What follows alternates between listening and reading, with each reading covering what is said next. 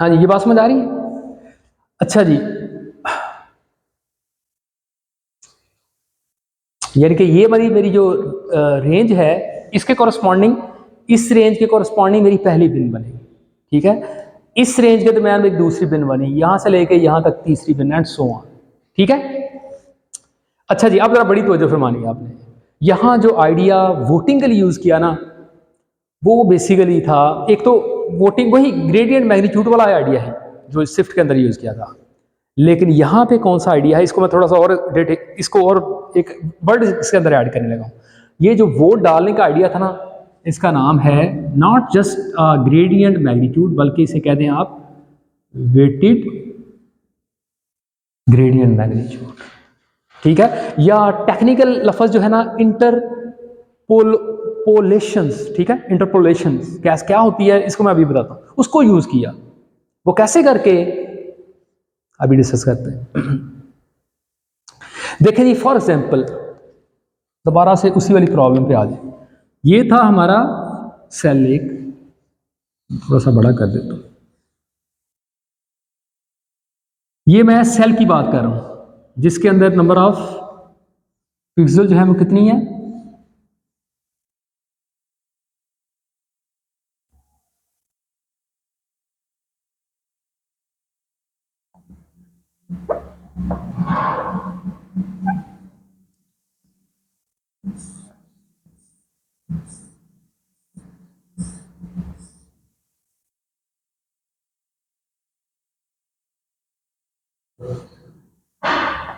ठीक है जी।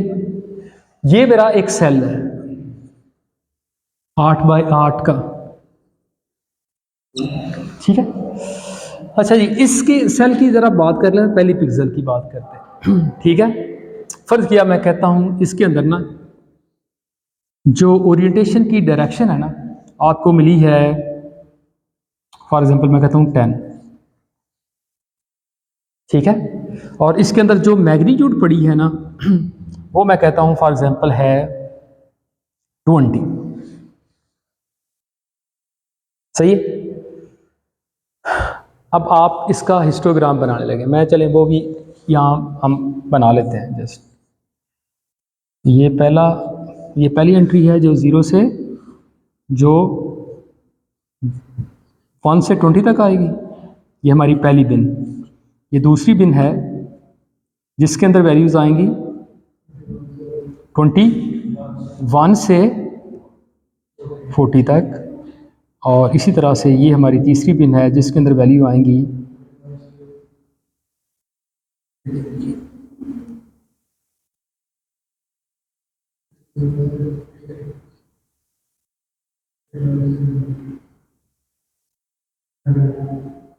ठीक है, एंड सो ऑन।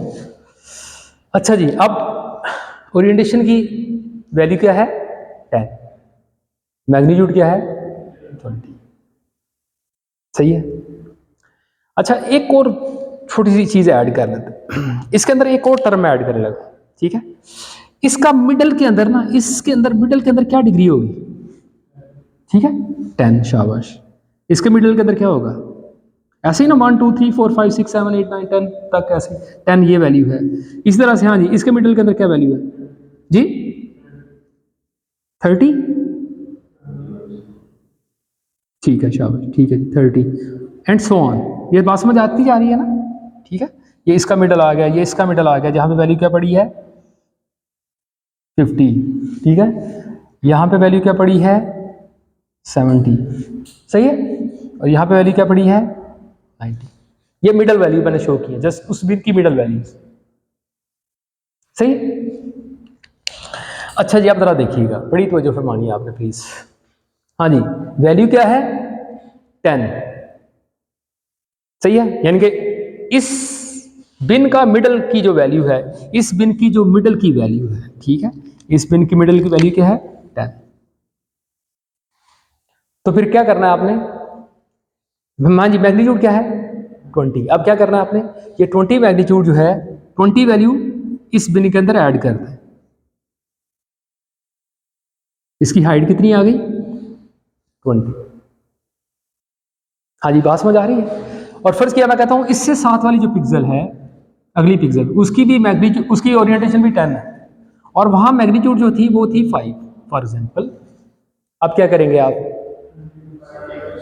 जी, इसी के मिडल की बात हो रही है, ठीक है।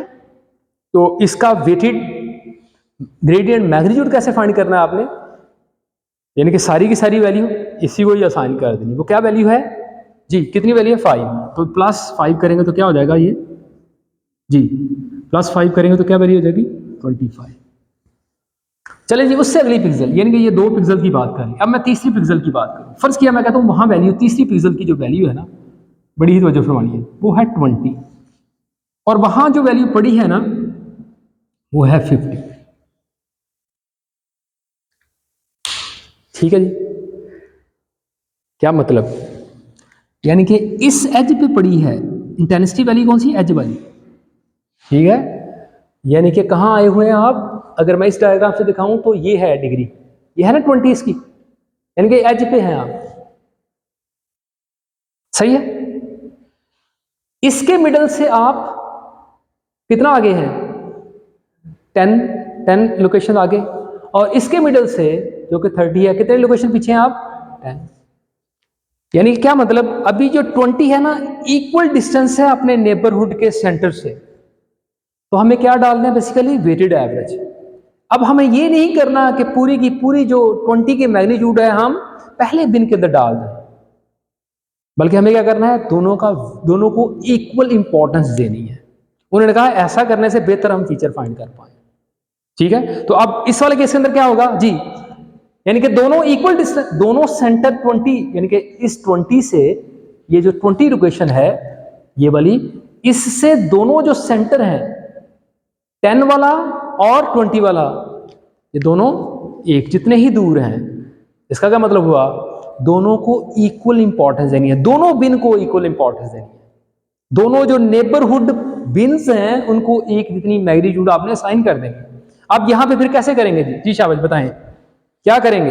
ये है मैग्नीट्यूड, इस मैग्नीट्यूड को कहां डाल दें, पहली बिन के अंदर कितना जी, इसका हाफ हाफ 25 पहली बिन के अंदर, यानी कि 0 से 20 के अंदर, और बाकी जो हाफ है वो दूसरी बिन के अंदर। तो यहां ऐड करेंगे तो ये क्या हो जाएगी, ये वैल्यू क्या हो जाएगी, हाँ जी क्या हो गई 50, और ये क्या हो जाएगी 25। बात समझ आ रही है, ठीक है, ये बात क्लियर हो रही है कि नहीं। और फर्ज किया मैं कहता हूं तीसरी चौथी लोकेशन, वहां पे भी ओरिएंटेशन 20 थी, चलो आप आपने बताना है, और मैग्नीट्यूड की वैल्यू थी ना वो थी 10 जी शाबाश जी। क्या करेंगे, 5 इसे साइन कर देंगे, ठीक है, तो ये हो जाएगी 55, और 5 इसे साइन कर देंगे, ये क्या हो जाएगी 30। ठीक है जी, बात समझ आ गई। चलें अब जरा थोड़ा सा ना केस, तीसरा भी एक केस ले आते हैं। फर्ज किया मैं कहता हूँ उससे अगली पिक्सल, वहां ओरिएंटेशन ये नहीं है बल्कि क्या है 85 है, ठीक है। अब क्या करें, 85 देखें जी, 85 यहां पे देखें, इस डायग्राम से देखें 85 कहां करके आता है, ये है यहां, इसका मिड क्या है 90, और 85 कहां आएगा, यहां करके, ऐसे ही है, ये 80 है, ये 85 है, 85 ये ब्लैक में 80, और इसका मिड क्या है, इसका मिड क्या है 70, सही है जी। अब आपने देखना है कि जो करंट वैल्यू है, करंट ओरिएंटेशन है, वो जो दोनों नेबरहुड हमारे बिन हैं उनके सेंटर से कितनी दूर है, ठीक है। जिसके सेंटर के जितना करीब होगा उसको ज्यादा वेट दिया जाएगा, जितनी उसकी ओरिएंटेशन नेबरहुड के अंदर जो हमारा ओरिएंटेशन का सेंटर है उससे दूर होगी उसे कम वेट देंगे, उसकी मैग्नीट्यूड को कम वेट देंगे, यानी कि उस ओरिएंटेशन पे कम मैग्नीट्यूड ऐड होगी। जी शाबाश, बताएं आप क्या होगा जी, क्या करेंगे बताएं, बता सकते हैं आप, यानी कि 90, एक है बिन 90 वाली, एक बिन है 70 वाली, यानी इन दोनों बिन का नाम मैंने 70 और 90 रख दिया। यानी कि जो बिन है ना 61 से लेके 80 तक, उसका नाम मैंने रख दिया 70, और दूसरी बिन जो 80 से लेके 100 तक है, उसका नाम मैंने रख दिया 90। जी, 90 को ज़्यादा वेट मिलेगा। कितना ज़्यादा मिलेगा, अब ज़रा वो देखने वाली बात है। जी शाबाश, बता सकते हैं कितना? यानी कि ये यहाँ से 5 यूनिट दूर है और यहाँ से 15 यूनिट। जी हाँ, चले परसेंटेज में बता दें। जी,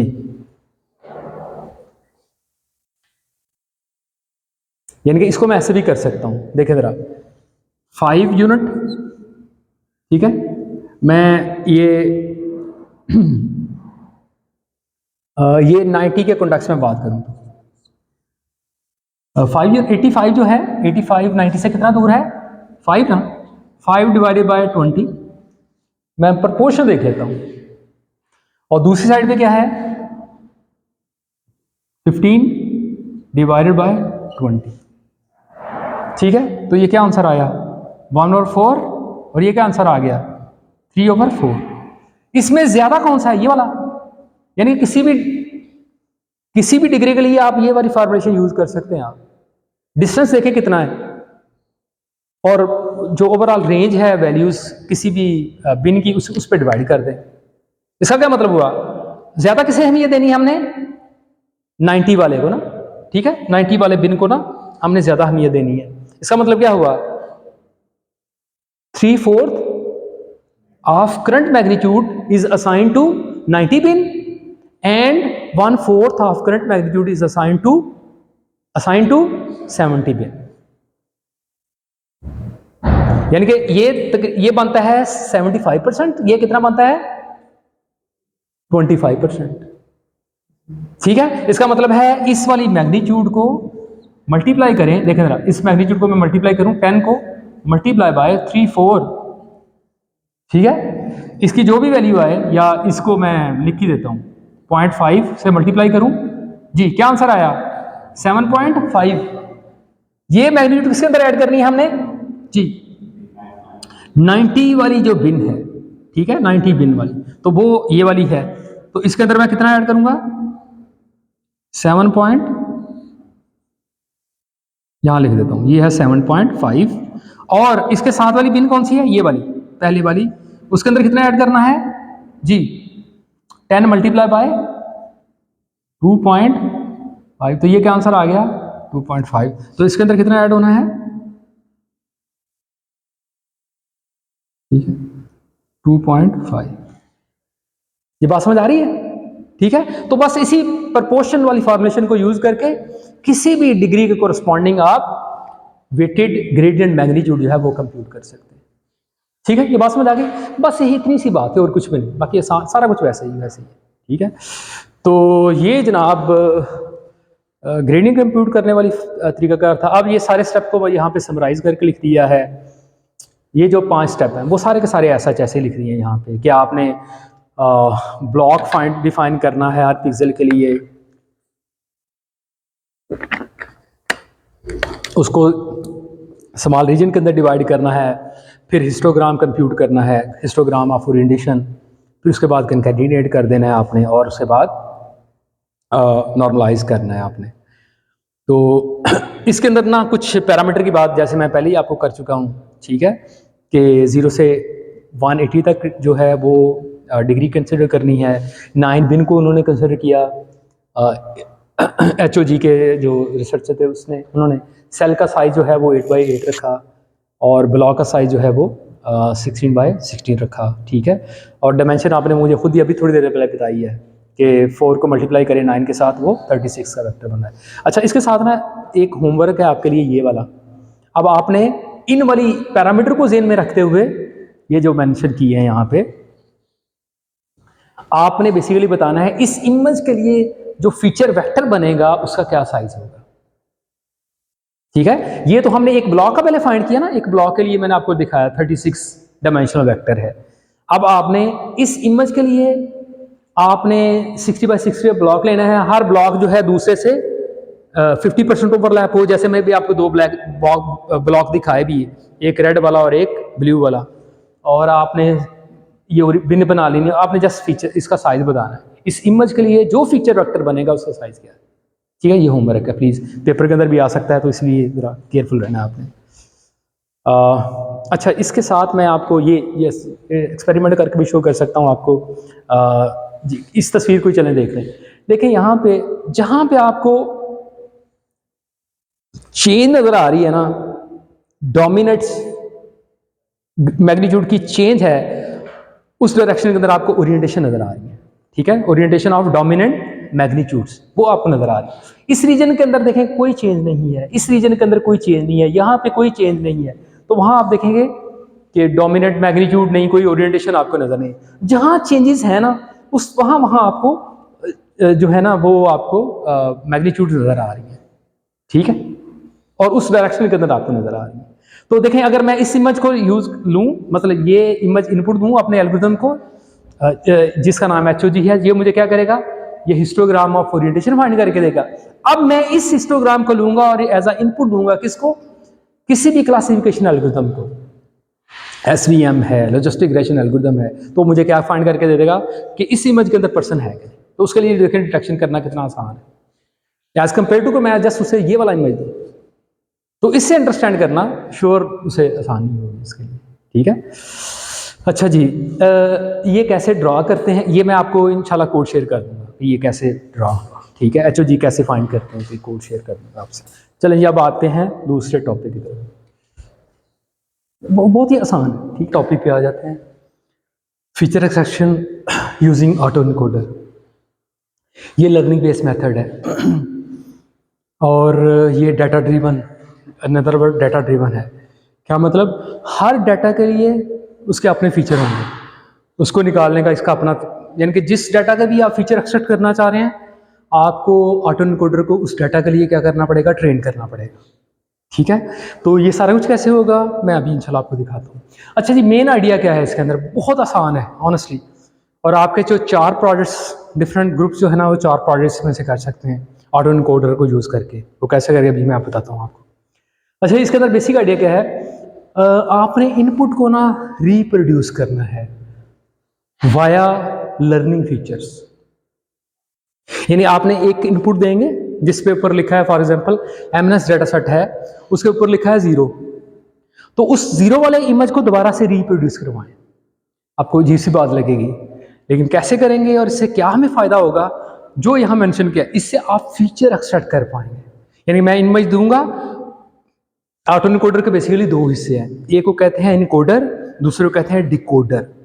एक नेटवर्क के 2 हिस्से हैं, एक को इनकोडर कहते हैं, जो क्या करता है, इनपुट इमेज को छोटी कम डायमेंशन के अंदर ना ट्रांसफॉर्म कर देता है, ठीक है, यानी कि इनकोड कर देता है।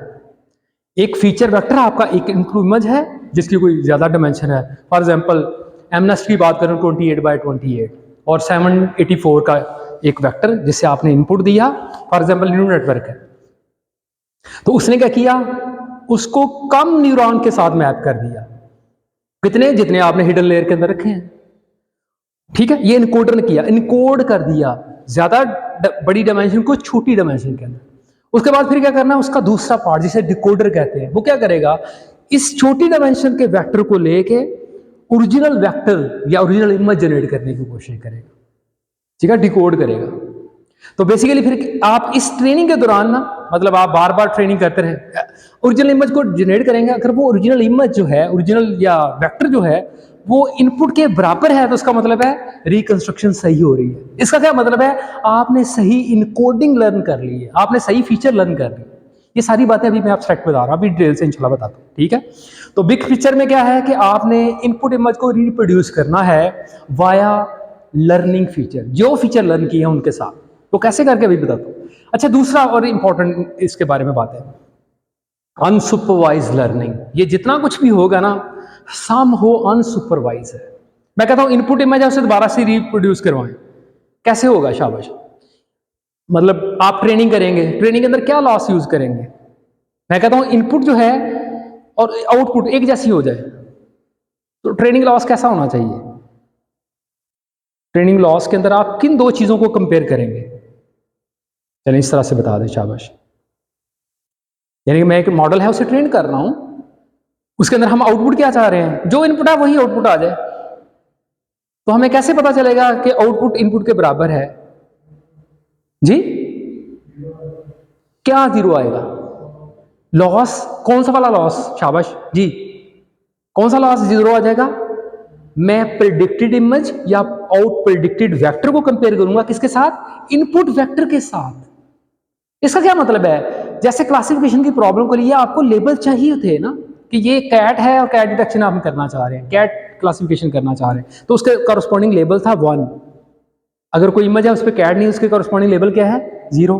तो ये लेबलिंग आपको करनी पड़ रही थी। तो यहां कोई लेबलिंग करने की जरूरत नहीं है आपको, जस्ट आपका इनपुट इमेज ही आपका टारगेट इमेज है, तो एनोटेशन नहीं चाहिए। इस वजह से इसे कहते हैं नो लेबल इज रिक्वायर्ड। और बड़ी एफिशिएंसी से आप जो है ना, एफिशिएंटली जो है बड़ी एज कंपेयर टू अगर अदर एल्गोरिज्म, मैं भी बताता हूँ पीसीए के साथ फॉर एग्जांपल आप जो है वो कंप्रेस जो फीचर है वो लर्न करना चाहें तो उसके साथ कंपेयर करूं तो ये बहुत ही एफिशिएंट है। लेकिन ना यहाँ पे जो लॉस फंक्शन की मैंने बात की ना, कि जो आउटपुट आई है उसे कंपेयर करना है आपने, किसके साथ कंपेयर करना है आपने? इनपुट के साथ ना। तो इस वजह से सम टाइम लोग इसे ना इम्प्लिसिट सुपरविजन भी कहते हैं, कि सुपरवाइज आपने किया है, किस तरह से करके किया है, कोई लेबल के साथ नहीं किया आपने, इनपुट इमेज के साथ भी किया। ठीक है, अच्छा। तो और यहाँ पे ये जस्ट ये बात बताई है कि जब सुपरवाइज लर्निंग एल्गोरिथम अंदर क्या होता है, आपको लेबल चाहिए होता है, आपको एनोटेशन चाहिए होती है। ठीक है, अच्छा। अब जरा इसका जरा आर्किटेक्चर देखें कैसे करके, मैंने जैसे अभी आप थोड़ी देर पहले आपको बताया, इसके दो हिस्से हैं इस नेटवर्क के, एक को कहते हैं इनकोडर और दूसरे को कहते हैं डिकोडर। ठीक है, इनकोडर क्या करता है, इस एक्स को लेता है, ये अभी ये समझें, ये आर्किटेक्चर जो है ना न्यूरल नेटवर्क का है। आप चाहें तो इसे कन्वोल्यूशन न्यूरल नेटवर्क भी बना सकते हैं, जहां इमेज इनपुट दें और इमेज ही आपके पास आउटपुट आए, लेकिन दरमियान में किसी तरह से आप फुल्ली कनेक्टेड लेयर को यूज करके एक वेक्टर बनाएं, जिसे लेटेंट भी कहते हैं। ठीक है, तो अभी मैं न्यूरल नेटवर्क शो कर रहा हूं। तो यहां देखें, आपने एक्स से क्या जनरेट किया? जी एक छोटा कम डायमेंशनल वेक्टर है। देखिए, अभी जितने भी हमने फीचर एक्सट्रैक्शन की बात की, एक वेक्टर बना लिया जो यकीनन इमेज से छोटा है। ठीक है, तो यहां पे भी एक छोटा वेक्टर आएगा जिसके अंदर ये सारी इनकोडिंग्स होंगी इनपुट इमेज की, यानी कि ये फीचर है हमारे, ये फीचर है जिन्हें हमने लर्न कर लिया। This is just like a feature extraction. इस इमेज से ये फीचर हमने निकाल लिया, लर्न कर लिया, यानी कि इस नेटवर्क को मैं उस वक्त तक ट्रेन करता रहूं जब तक ये इसका एक्स डैश एक्स के बराबर नहीं आ जाता। तो इसका मतलब क्या है, ये जो एक्स जी आपने लर्न कर लिया ना, ये सही वाले फीचर है इसके। ठीक है, दोबारा से ये मैं इनकोडर पार्ट की बात कर रहा हूं, जो एक्स इनपुट लेता है, आउटपुट क्या करता है? जी वेक्टर, ये आपकी इनकोडिंग है। ठीक है, अब या आपके फीचर है। अब इन फीचर को लेके दोबारा से आप किसे देते हैं? डिकोडर पार्ट को देते हैं, जो समझे इसी का रेप्लिका है लेकिन उल्टी डायमेंशन के अंदर। यहां डायमेंशन आहिस्ता आहिस्ता कम हो रही है, यहां डायमेंशन आहिस्ता आहिस्ता बढ़ती जा रही है। ठीक है, कोई बड़ा सेम डायमेंशन का वेक्टर जनरेट कराना ना। ठीक है, तो ये डिकोडर क्या करता है, आपको दोबारा से एक्स डैश जो है वो कंप्यूट करके देता है। ठीक है, ये बात समझ आ रही है? अच्छा जी, अब जरा देखिएगा, मैं आपको जस्ट एक तो ना कंपैरिजन दिखा दूं। ये ऑटो डिकोडर को अगर हम कंपेयर करें, ब्रेक ले लें मेरा ख्याल है बस थोड़ी देर के, just wait for a while. Oh system अच्छा जी, सॉरी फॉर इंटरप्शन। अच्छा, ऑटो डिकोडर को अगर हम कंपेयर करें पीसीए के साथ ना, तो पीसीए भी क्या करता है, हमें स्मॉलर सेट ऑफ वेक्टर जो है वो प्रोड्यूस करके देता है। याद है पीसीए की बात हमने मेरा ख्याल दूसरे लेक्चर के अंदर भी पीसीए एसवीडी की बात दूसरे या तीसरे लेक्चर के अंदर की थी, कि इसको यूज़ करके ना आप अपने डाटा को कंप्रेस कर सकते हैं। ठीक है, जैसे अभी हमने ऑटो डिकोडर के अंदर देखा ना, जो हमने जी वेक्टर या जो उसका हिडन वेक्टर जो प्रोड्यूस किया हमने, वो बेसिकली कंप्रेस रिप्रेजेंटेशन है बस, बेसिकली इनपुट डाटा की।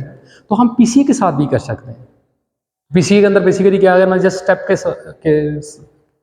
के साथ बताऊं कि स्टेप इसके अंदर क्या क्या स्टेप्स हैं, उनके साथ मैं इसे बताना चाहूँ, तो पीसीए के अंदर बेसिकली क्या कर रहे होते हैं, किसी भी इमेज को आप कंप्रेस करना चाह रहे हैं तो उस इमेज की आप कोवेरियंस मैट्रिक्स बनाते हैं। ठीक है, एक जस्ट उसी मैट्रिक्स का ट्रांसपोज इनपुट मैट्रिक्स के साथ मल्टीप्लाई करें तो वो कोवेरियंस मैट्रिक्स बन जाती है। ठीक है, डिटेल नहीं मैं बता रहा। उसके बाद आप बेसिकली उस मैट्रिक्स के जो स्क्वायर मैट्रिक्स होती है, ठीक है, कोवेरियंस मैट्रिक्स है, उसका आप eigen vector eigen value find करते हैं बाय यूजिंग एसवीडी। और एसवीडी मैंने आपको लास्ट भी बताया था, उसके अंदर 3 मैट्रिक्स हमें आउटपुट मिलती हैं।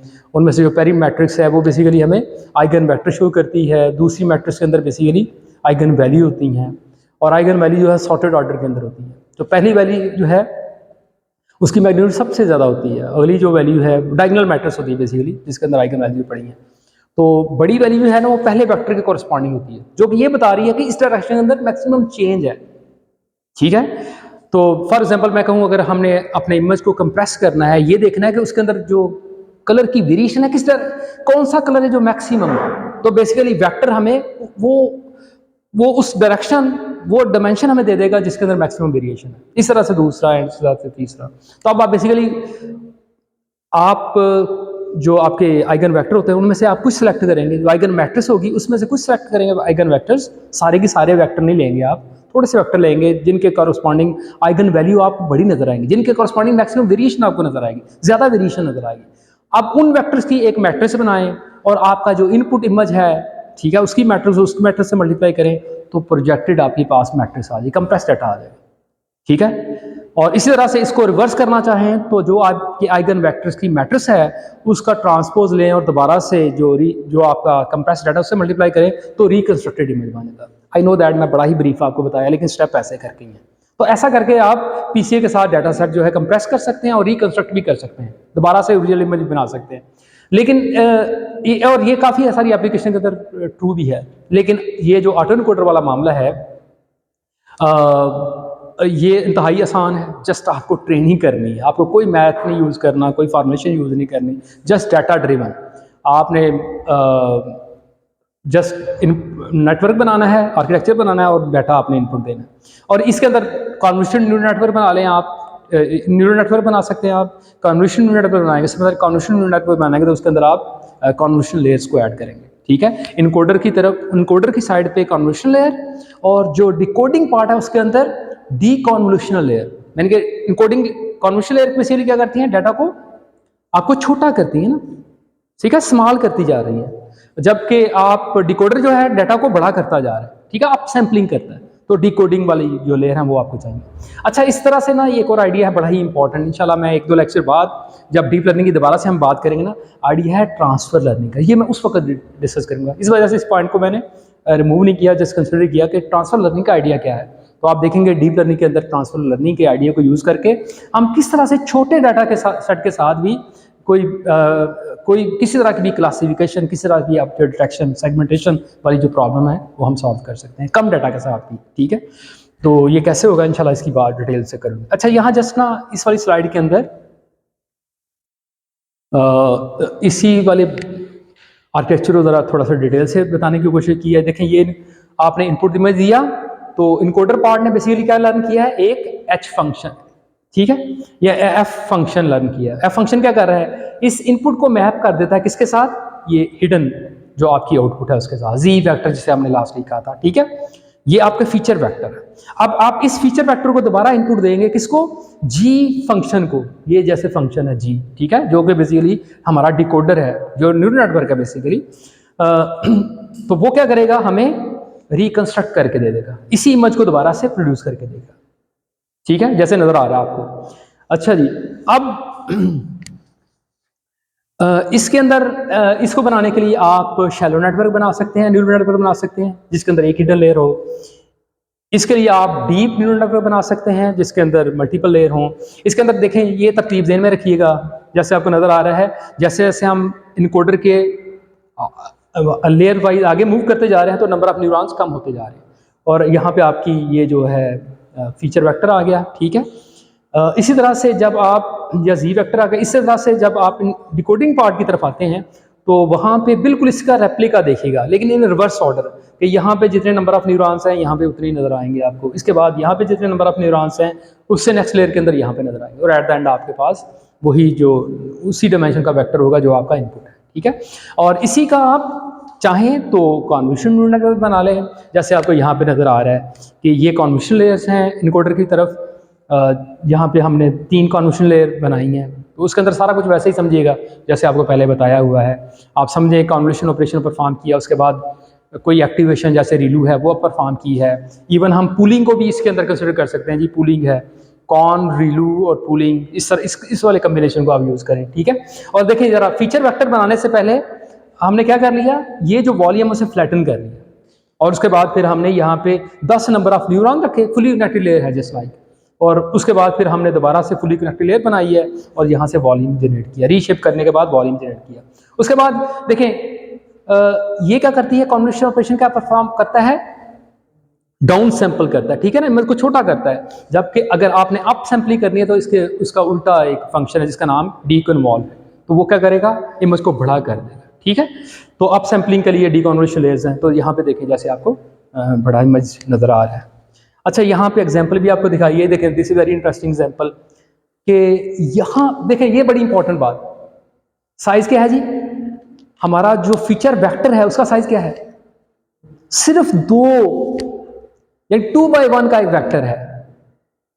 मजे की बात देखें, उसको यूज करके हमने क्या किया, डाटा को कंप्रेस किया है, यानी कि एमएनएस डाटा सेट पे उसे ट्रेनिंग किया, उसकी जो हिडन लेयर थी यानी कि जो फीचर जनरेटर करने वाला जो वेक्टर था वो हमने 2 रखा, उससे हम रिकंस्ट्रक्ट करते हैं फिर इमेज।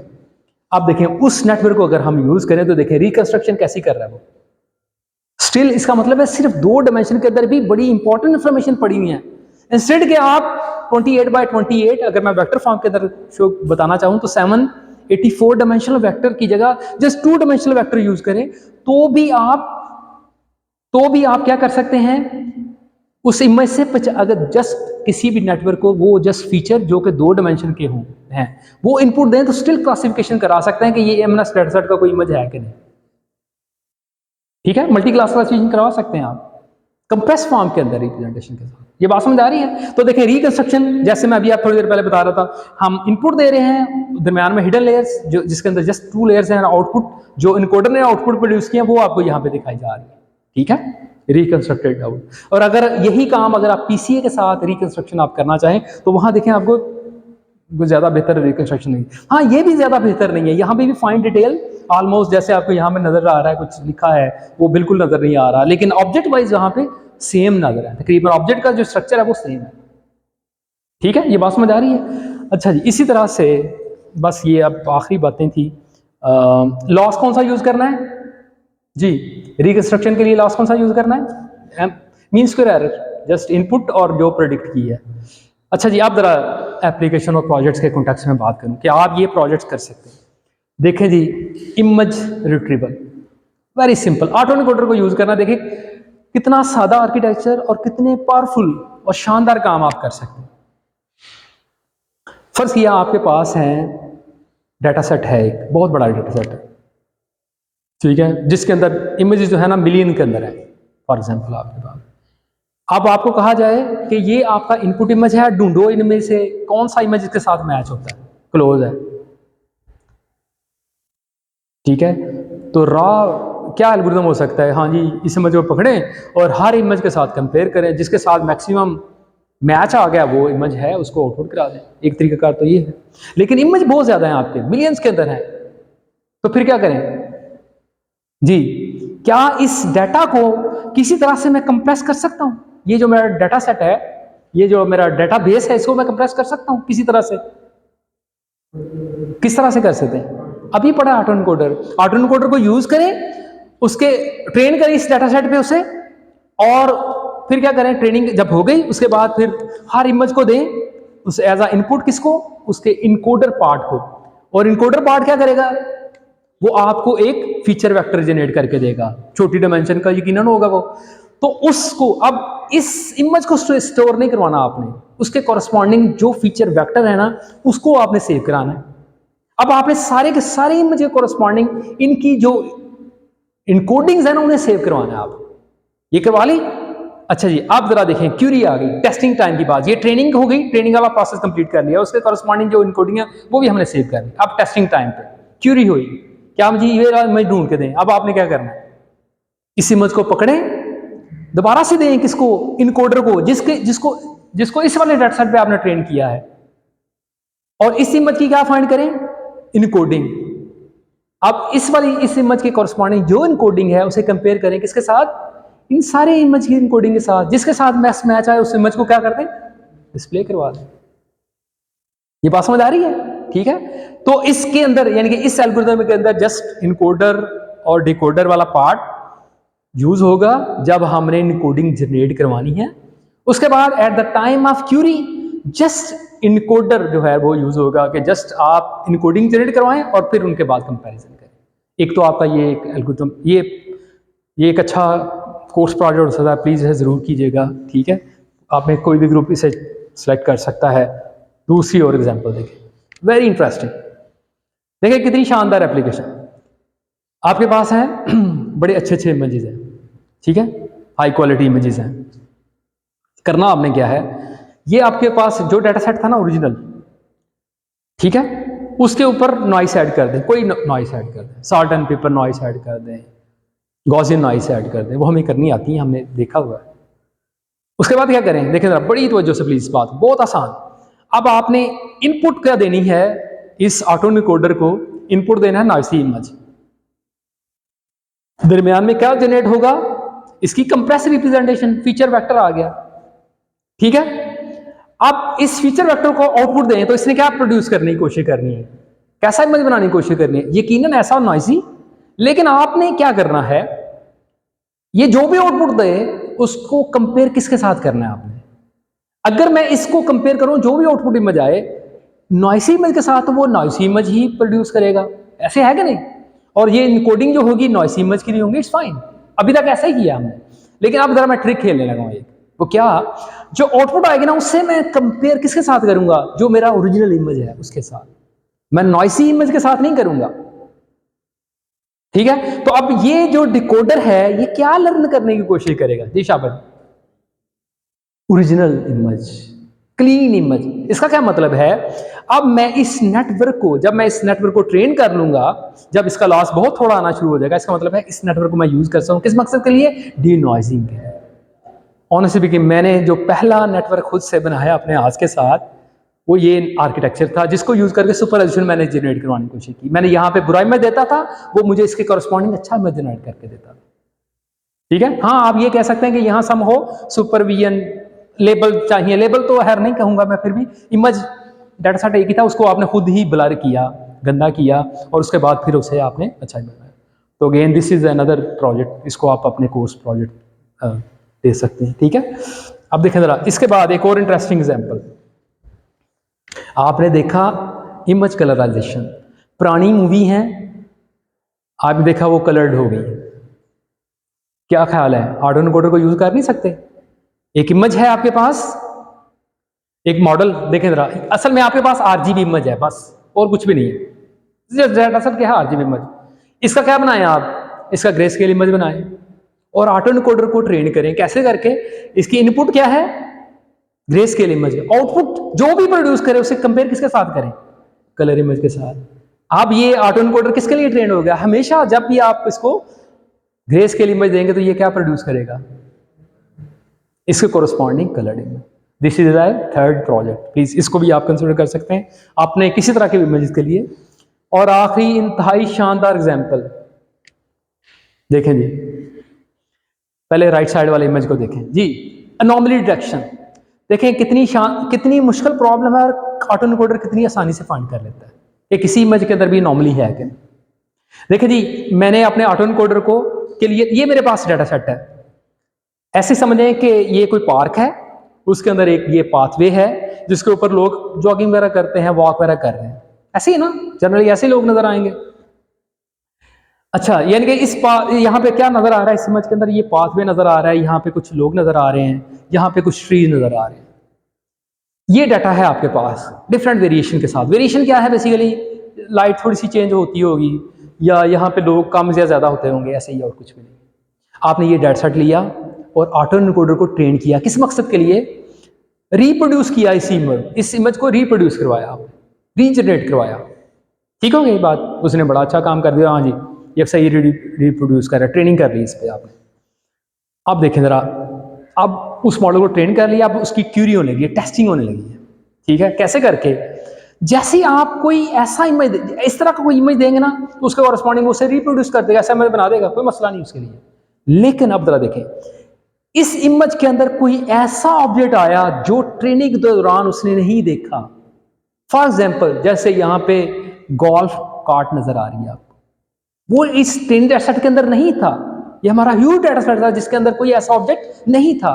अब हमने ये इमेज उसे एज अ इनपुट दिया, इसके कॉरस्पॉन्डिंग जो हमारा ऑटो इनकोडर है वो जो इमेज प्रोड्यूस करेगा कैसा होगा, क्या वो जो रिकंस्ट्रक्टेड इमेज है उसके अंदर ये वाला जो रीजन है वो कैसा प्रोड्यूस हुआ होगा, क्या ख्याल है, जिसको उसने कभी देखा ही नहीं, क्या ख्याल है, कैसा, क्या ये कार्ड को रिकंस्ट्रक्ट कर पाएगा? ट्रेनिंग दौरान तो ऐसा फीचर उसने लर्न ही नहीं किया जो इस तरह की कार्ड को देख रहा था। यहां पे तो कोई ऐसा ऑब्जेक्ट नहीं था। यानी कि मैं कहता हूं फॉर एग्जांपल, आपके पास जो इमेज थे 1 मिलियन थे, उन 1 मिलियन इमेज के अंदर एक ही इमेज ऐसा नहीं था जिसपे इस तरह का कोई ऑब्जेक्ट है जैसे आपको यहां पे नजर आ रहा है। तो अब आपने उस ऑटो इनकोडर को, जिसको एक ह्यूज डाटा सेट पे जो इस पाथवे का था, जहां पे पर्सन है, ट्री है और ये पाथवे है, बस और कुछ नजर नहीं आ रहा। अब आपने eight the time of after training, जब हम उसको टेस्ट कर रहे हैं बार बार डिफरेंट इमेजेस पे, अगर आप इस तरह का कोई इमेज देंगे तो क्या होगा, वो सारे इस इमेज को रिकंस्ट्रक्ट कर देगा, ट्री बना देगा, ये पर्सन बना देगा। लेकिन जब इस कार्ड की बात आएगी ना, तो इसको सही तरह से ये रिकंस्ट्रक्ट नहीं कर पाएगा। इसका क्या मतलब है? इसका मतलब है देयर इज एनॉमली। यहां पे क्या है? एनॉमली। आप अपने घर पे एक कैमरा लगाएं और उस पर काफ़ी सारे इमेजेस लें, उसके अंदर क्या क्या वेरिएशन आ सकते हैं। लाइटिंग कंडीशन थोड़ी सी ऑन ऑफ हो सकती है, वहाँ पड़ी हुई चीज़ें, फॉर एग्जांपल मैं कहूँ एक साइड पे कुछ ग्लास पड़े हैं, एक साइड पे कुछ चारपाई पड़ी है, एक बोतल पड़ी है, इस तरह की कोई ऑब्जेक्ट वहाँ पड़े रहें और काफ़ी सारे इमेजेस लें और मॉडल को ट्रेन कर लें, ठीक है। और जब आपने मॉडल को ट्रेन कर लिया, ऑटो इनकोडर को ट्रेन कर लिया है रिकंस्ट्रक्शन के लिए, अब जैसे उसे ऐसा इमेज मिले, फॉर एग्जांपल आपके घर के अंदर खुदा ना खास्ता कोई चोर आ गया है, वो कैमरे ने कैप्चर किया, अब वो ट्रेन ऑटो इनकोडर को वो जैसे ही फ्रेम आएगा, उस वीडियो का फ्रेम आएगा, इमेज आएगा जिसके अंदर वो चोर है, ऐसा ऑब्जेक्ट उसने पहले नहीं देखा, पर्सन नहीं देखा उसने, तो जब वो रिकंस्ट्रक्ट करेगा तो वो इस इमेज को अच्छा रिकंस्ट्रक्ट नहीं करेगा। मेरी बात समझ आ रही है कि नहीं? अच्छा रिकंस्ट्रक्ट नहीं कर पाएगा। ये कैसे पता चलेगा? लेकिन रिकंस्ट्रक्शन होगी अगर ये ऑब्जेक्ट नहीं है, इसी इमेज को मैं दोबारा से रिकंस्ट्रक्ट करूंगा, मीन स्क्वायर एरर बहुत थोड़ा आएगा, ऐसे ही है ना, इनपुट इमेज और आउटपुट इमेज का एरर बहुत थोड़ा आएगा। लेकिन जैसे ही कोई ऐसा इनॉमली इसके अंदर आएगी तो इनपुट इमेज और आउटपुट इमेज के अंदर फर्क एक बड़ा आएगा, ऐसा मतलब देयर इज सम इनॉमली, और स्पॉट भी आपको पता चल जाएगा, स्पॉट भी पता चल गया, इनॉमली, इसका मतलब there is some issue in this region. तो अलार्म एकदम से एरर को देख के और देन रीजन को देख के आप आइडेंटिफाई कर सकते हैं, ठीक है। तो देखें कितनी आसान सी चीज़ थी, कितना कम्प्लेक्स प्रॉब्लम जो है वो हमने सॉल्व करी। तो अगेन आप कंसिडर कर सकते हैं आप इसको भी एज अ कोर्स प्रोजेक्ट, ठीक है। तो ये सारा कुछ जनाब था ऑटो इनकोडर के बारे में। थोड़ी सी एंड पे कुछ उसकी प्रॉपर्टीज़, डाटा स्पेसिफिक है, जिस डाटा के लिए आप ट्रेन करेंगे जस्ट उसी के आप इनकोडिंग फाइंड कर सकते हैं, और ट्रेनिंग हमेशा करनी पड़ेगी आपको, ठीक है। और दूसरा कुछ फाइन डिटेल्स आपने देखा, अगर मेरा जो फीचर वेक्टर है, ठीक है, इनकोडिंग है, वो थोड़ी डायमेंशनल है, तो जो डिटेल्स हैं वो आपको नज़र भी नहीं आएगी। इस तरह की बात हमने लास्टली भी की थी। लेकिन एनी हो, जब फीचर जस्ट एक्सट्रैक्ट कर रहे हैं ना, तो उसके अंदर ये चीज़ें मैटर नहीं करती कि फाइन डिटेल है कि नहीं। मैंने फॉर एग्जांपल मैं कहता हूँ मैंने फीचर एक्सट्रैक्शन इस मकसद के लिए ये की है कि क्लासिफिकेशन मैं करना चाह रहा हूँ कि इसके अंदर कैट है कि नहीं, कैट के मैं फीचर निकाल लूँ, ठीक है, फॉर एग्जांपल 2 डायमेंशनल वेक्टर निकाल देता हूँ और उस पर ट्रेन कर देता हूँ, तो देन डिटेल्स मैटर नहीं करती। हमने कौन सा कैट को रिकंस्ट्रक्ट करवाना है, हमने तो जस्ट देखना है कि हाँ अगर कैट है तो उसका इस तरह का फीचर होगा, तो वो हमें हमेशा यहाँ पे मिलेगा, ठीक है। तो इसी तरह से ऑटोमेटिक हमेशा हमें क्या करना है, learn automatically from the example train करना पड़ेगा। यही बातें यहाँ पे लिखी हुई हैं। और देखें जरा, compare to hand crafted feature, बहुत ईजी है इसे अंडरस्टैंड करना। मेरा ख्याल है मैंने 20-30 मिनट के अंदर आपको समझा भी दिया। ऑटो इनकोडर को अंडरस्टैंड करना बहुत ही आसान है एज़ कम्पेयर टू स्विफ्ट को, एज़ कम्पेयर टू HOG को, ठीक है, इवन कॉर्नर डिटेक्शन को भी लर्न करना, ठीक है। तो ये जनाब इसके बारे में सारी बातें थी। तो मैं आपको कहूँगा कि आप प्लीज़ इन वाले टॉपिक को ज़रूर कंसिडर करें अपने सेमेस्टर के प्रोजेक्ट के लिए, ठीक है। चलिए इसके साथ कोई सवाल है तो करें प्लीज़, कोई सवाल? ठीक है, चलें फिर इंशाल्लाह अगली क्लास के अंदर